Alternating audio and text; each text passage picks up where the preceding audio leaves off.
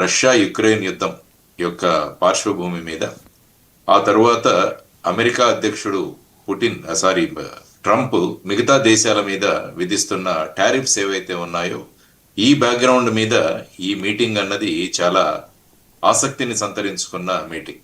అది కూడా అలాస్కా అనే ప్రాంతంలో ఈ మీటింగ్ను పెట్టడం కూడా చాలా ప్రాముఖ్యత.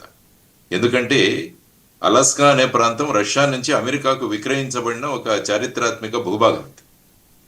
సో అటువంటి ప్రాంతంలో ఈ మీటింగ్ జరగడం అన్నది కూడా ఒక ప్రధానమైన సందర్భం.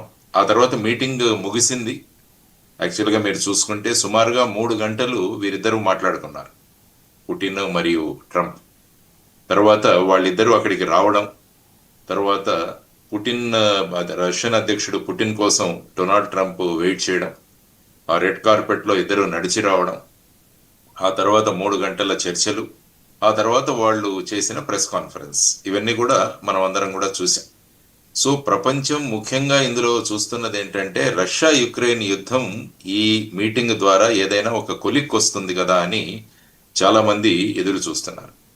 కానీ వారి మీటింగ్ తర్వాత జరిగిన ప్రెస్ కాన్ఫరెన్స్ చూస్తే మొదట రష్యన్ అధ్యక్షుడు పుటిన్ మాట్లాడారు, ఆ తరువాత డొనాల్డ్ ట్రంప్ మాట్లాడడం జరిగింది. అందులో స్పష్టంగా రష్యన్ అధ్యక్షుడు